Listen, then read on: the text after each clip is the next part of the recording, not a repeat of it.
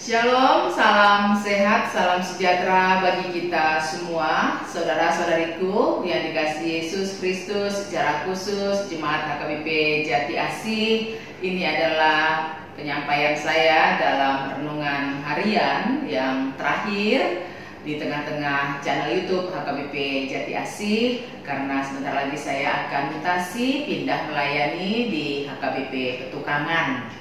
Semoga kebersamaan kita selama ini diberkati Tuhan dan memunculkan pertumbuhan iman di hati kita masing-masing.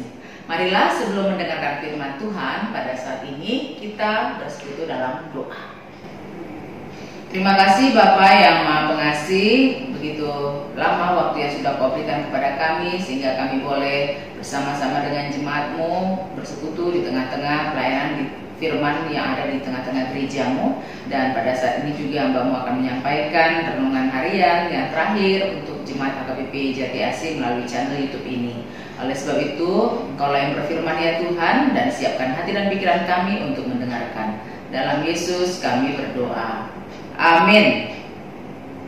Saudara-saudariku yang dikasihi Yesus Kristus, firman Tuhan menyapa kita pada hari ini Sabtu 25 Maret 2023, tertulis dalam kitab Mazmur pasal 97 ayat 10. Hai orang-orang yang mengasihi Tuhan, bencilah kejahatan. Dia yang memelihara nyawa orang-orang yang dikasihinya akan melepaskan mereka dari tangan orang-orang fasik. Demikian firman Tuhan. Saudara yang dikasihi Yesus Kristus, dalam hidup ini kita sudah tahu apa hal-hal yang disukai oleh Tuhan dan apa hal-hal yang dibenci oleh Tuhan.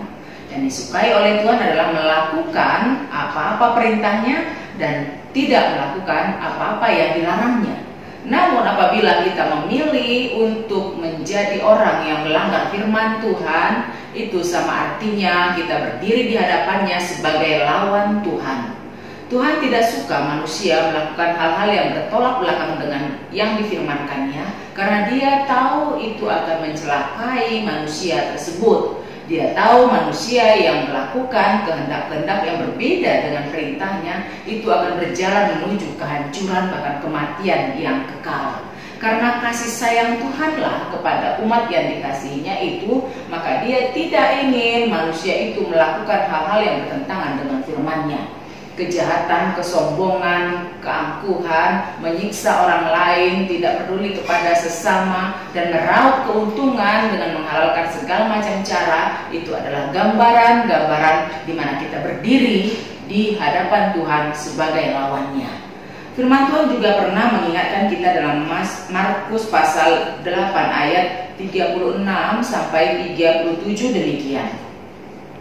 Apa gunanya seseorang memperoleh seluruh dunia tetapi ia akan kehilangan nyawanya? Karena apakah yang dapat diberikannya sebagai ganti nyawanya? Ini adalah peringatan Tuhan bahwa kata nyawanya di sini bukan hanya masalah nafas ini saja, tetapi keselamatan yang akan diperoleh manusia dalam akhir hidupnya kelak. Kalau kita dalam hidup ini seakan-akan bisa meraih dunia ini dengan kemampuan kita, tapi itu meninggalkan Tuhan, tampaknya mungkin kita akan bahagia saat ini, tapi keselamatan yang kekal selama-lamanya tidak akan kita peroleh. Marilah saudara-saudariku yang dikasihi Yesus Kristus, jangan hanya karena kesenangan dunia yang sementara ini, hanya karena kekayaan dunia yang sementara ini, kita meninggalkan Tuhan, berdiri sebagai lawannya. Tapi marilah kita menunjukkan ketaatan kita kepada Tuhan agar kita boleh menikmati sukacita di dunia ini dan juga di surga kekal kelak. Saudara-saudariku yang dikasihi Yesus Kristus, imanilah firman Tuhan yang sudah kita ketahui selama ini dan kita percayai, terlebih lagi lakukanlah dalam sepanjang hidupmu. Tuhan Yesus memberkati. Amin, kita berdoa. Terima kasih Tuhan, sudah sangat banyak firman-Mu yang kami ketahui tapi sulit untuk kami lakukan. Sadar atau tidak sadar kami berdiri di hadapan-Mu sebagai lawan-Mu karena kami melakukan hal-hal yang bertentangan dengan kehendak-Mu. Sementara apabila itu kami lakukan, kematian yang kekal telah menanti kami.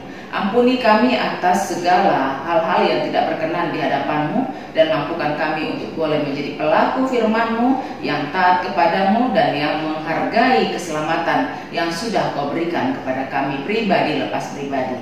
Berkatilah Tuhan seluruh jemaat HKBP Jati Asih yang sebentar lagi akan hamba-Mu tinggalkan, supaya mereka boleh semakin terberkati baik di dalam jasmani dan rohani. Demikian juga hamba-Mu yang akan meninggalkan gereja HKBP Jati Asih menuju HKBP Petukangan, tetap berkati supaya seluruh pelayanan itu semata-mata untuk kemuliaan nama Tuhan saja.